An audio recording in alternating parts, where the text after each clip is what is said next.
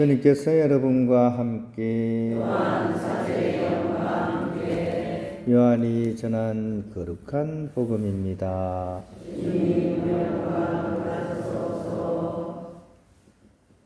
그때 예수님께서 제자들에게 말씀하셨다. 세상이 너희를 미워하거든 너희보다 먼저 나를 미워하였다는 것을 알아라. 너희가 세상에 속한다면 세상은 너희를 자기 사람으로 사랑할 것이다.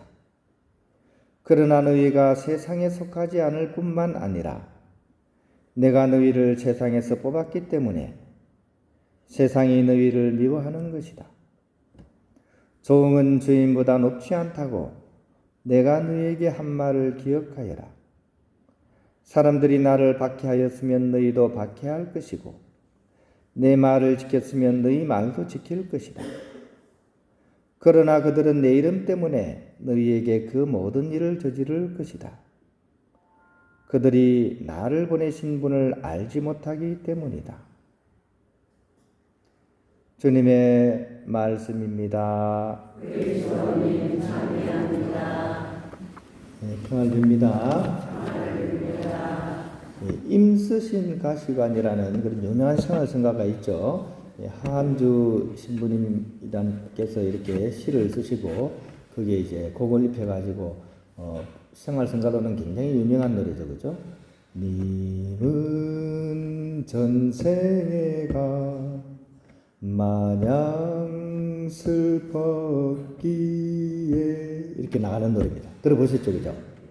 좀 노래가 너무 좀 애잔하고 그죠? 그래서 좀 마음을 울리는 그런 노래입니다. 근데 노래 가사가 그죠? 님은 전생애가 마냥 슬펐기에 이 부분이 좀 목에 탁 걸려요, 그죠?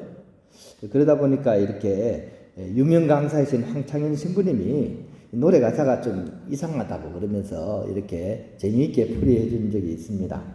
예수님이 언제 전생에 그래 마냥 슬프냐? 평소에 잘 사시다가 사나흘 그냥 십자가 지시고 좀 고생하셔서 돌아가셨지. 이렇게 얘기를 하셨어요. 맞는 말씀이겠죠, 그죠? 예. 근데 또 한편으로는 복음서를 천천히 읽어보면 꼭 그렇지도 않습니다. 그죠? 예수님이 이렇게 공생활 적힌 게 복음서에 이렇게 3년 정도 공생활 하신 게 드러나 있잖아요. 근데 그게 그 3년간의 삶이 그렇게 편하게 보내신 것은 아닙니다. 늘 사람들하고 어려움을 겪었어요. 늘 충돌하셨습니다.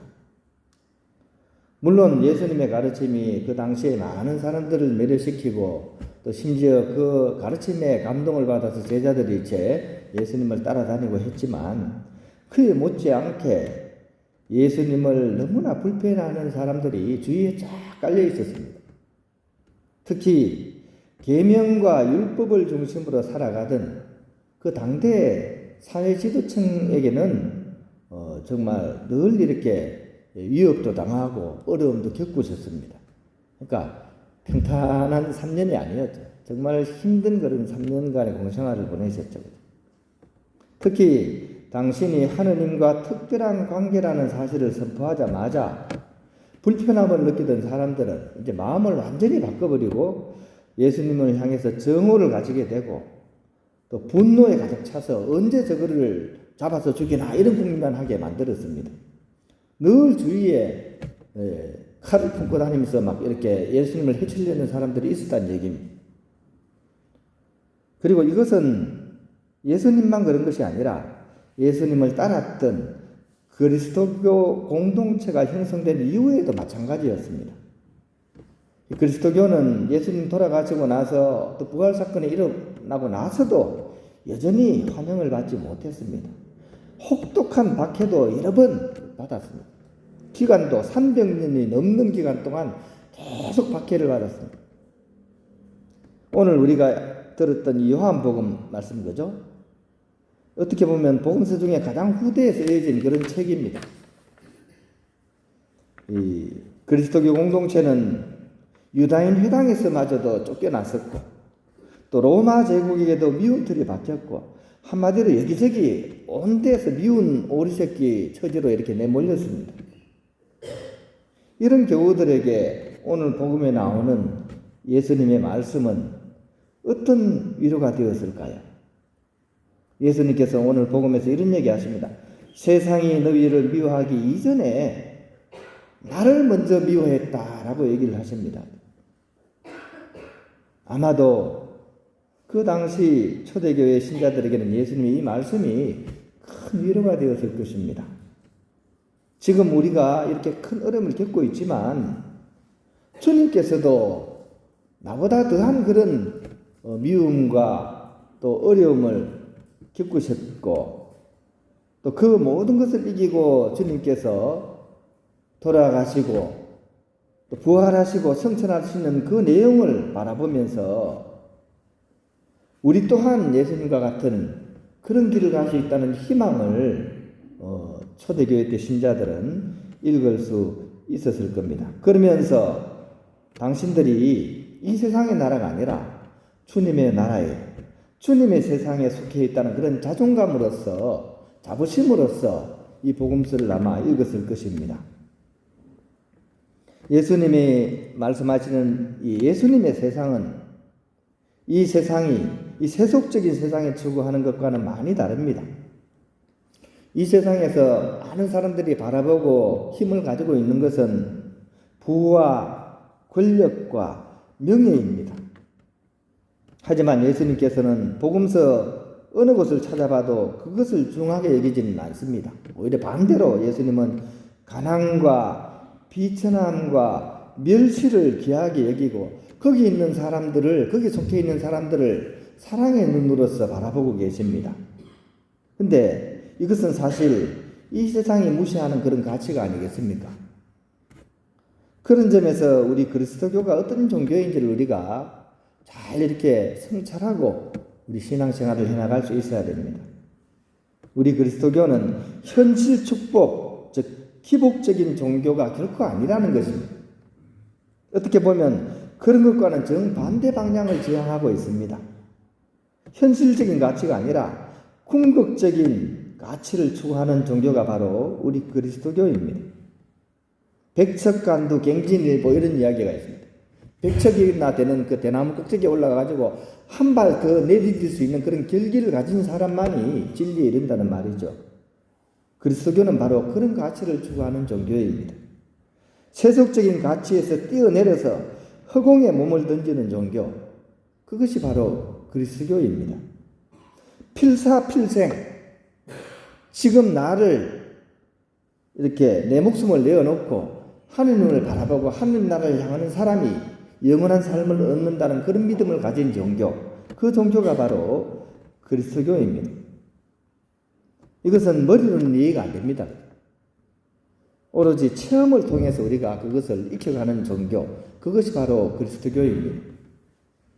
오늘 어떤 분이 성물을 하나 이렇게 갖고 오셨어요. 그러면서 이제 이거 어떻게 처분을 해야 되느냐고 이렇게 물으시더라고요. 그래서 뭐 이렇게 성물 처리하는 규정이 있거든요. 뭐 성당에 와서 놔두는 게 아니라 원래 개인이 이제 이거 처리를 하는 겁니다. 근데 이제 막 쓰레기통에 버리고 이러면 안 돼요. 그걸 잘 부숴가지고 이렇게 땅에 묻는다든지 이제 뭐 깨지거나 이런 경우에 가급적이면 또 깨진 성물이라도 쓰면 좋습니다. 근데 이분이 이제 갖고 오신 이유가 이제 더 이상 이제 성당에 안 다니신다든지 그러시더라고요. 근데 이제 왜 그러냐고 이제 묻기도 좀 그렇고 좀 뭐 사정이 있냐 보니까 하여튼 그렇게 됐대.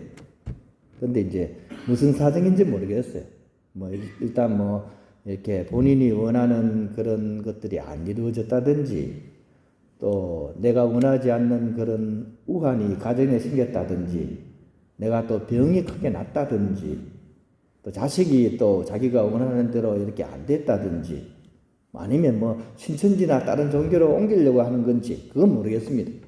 근데 분명한 것은 이분이 이제는 이 성당에 안 나오겠다는 거죠. 그죠? 이것도 우리에게 똑같이 해당이 됩니다.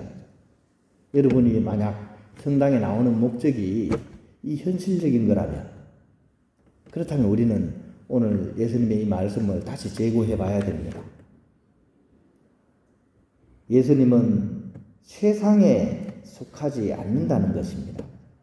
세상이 너희를 미워하거든 너희보다 나를 먼저 미워했다는 것을 알아라.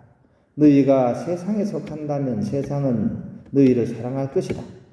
하지만 너희들이 세상에 속하지 않았기 때문에 너희를 미워하는 것이다. 라고 분명히 말씀하고 계십니다. 물론 우리가 세상을 떠나서 살 수는 없습니다. 하지만 우리의 목표는 이 세상에 있는 것이 아닙니다.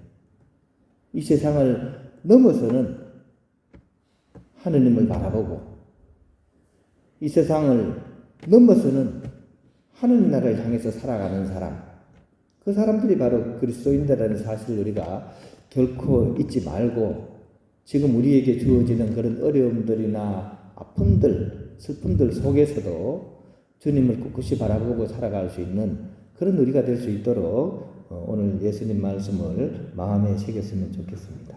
너희는 세상에 속하지 않을 뿐만 아니라 내가 너희를 세상에서 뽑았다라고 주님께서 말씀하시기 때문입니다.